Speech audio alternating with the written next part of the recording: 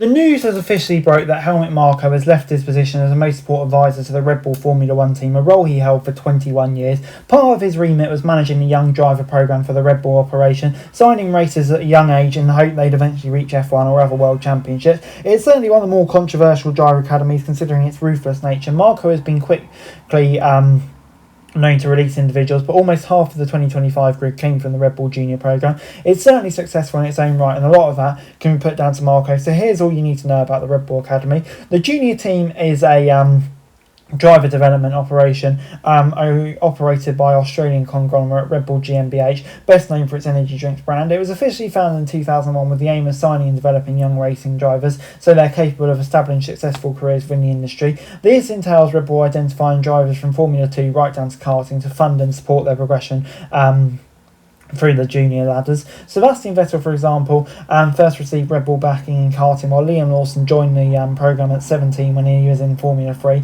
Red Bull also owns two teams in motorsports top category, Red Bull Racing and Racing Bulls. Red Bull made its F1 debut in 2005 after the company purchased Jaguar Racing and thus took over its Milton Keynes base. This saw Christian Klein and Van Antonio Luizzi become Red Bull's first drivers, as they both contested selected rounds of the 2005 season alongside David Coulthard, who was signed from McLaren. It was not a stellar debut year for Red Bull, who finished 7th in the championship, but the following season saw it expand its presence on the grid. That's because Red Bull brought Minardi, who had been on the grid for 20 years, and rebranded it to Toro Rosso, which is Red Bull in Italian, to serve as the junior squad. So whenever a Red Bull junior driver has made their F1 debut, it's usually come with a Faenza-based squad in which they seek to impress to earn a promotion to the main team. Since its debut in 2006, the Italian outfit has kind of raced under many different houses, whether it be Toro Rosso, AlphaTauri, RB, or now Racing Bulls. Through many rebrands, however, the sister outfit has seen successful drivers pass through it, whether it be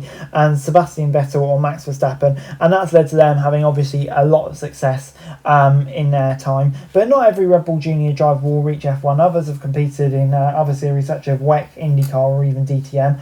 Arvid Lindblad will become the 18th F1 driver to have graduated from the Red Bull Junior system to make his series debut in 2026. The 18-year-old Brit will partner Lawson at Racing Bulls after Isaac Hadjar, the Academy's 17th graduate, has become the latest driver to be pushed up to the main team.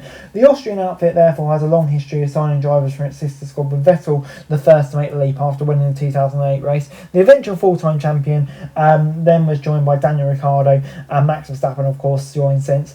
Given Vettel and Verstappen have each claimed 4 world titles and Ricciardo won multiple Grand Prix, I think it's fair to say there's lots of success series, but it's very cutthroat and it doesn't necessarily guarantee success. For example, Pierre Gasly was demoted back to the B team after just 12 Grand Prix. His successor, Alex Albon, was kicked off the grid altogether for a season after a disappointing year in 2020. And then, of course, Liam Lawson only lasted 2 races. Lawson and Albon also contested in DTM as well. But yeah, I mean, both have had successful Grand Prix careers since. Elsewhere, Sebastian Buemi became a full-time WEC champion and also won Formula E. Aouma Iwasa this year won Super Formula. Callum Ilott was a successful part of the programme. He's obviously had a successful career outside of F1 as well.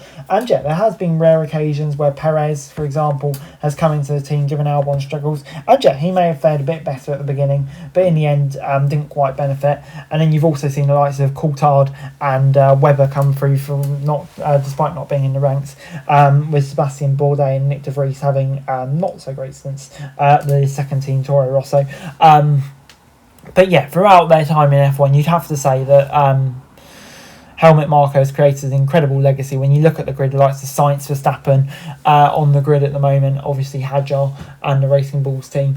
So many incredible drivers that come through. So yeah, while it is controversial, there's no doubt that Helmut Marko has created an incredible legacy and some fantastic drivers through the Red Bull Junior programme. And yeah, I think he was a very controversial figure through the paddock, but his ability to spot young drivers will undoubtedly be missed for Red Bull. Anyway guys, that's it for this video. Thanks very much for watching. Remember to like, share and subscribe. Follow us on our socials, link in the description below for daily F1 news, meme and content. Subscribe to our other channels on screen right now, that'd be greatly appreciated. Thanks very much for watching. Peace out.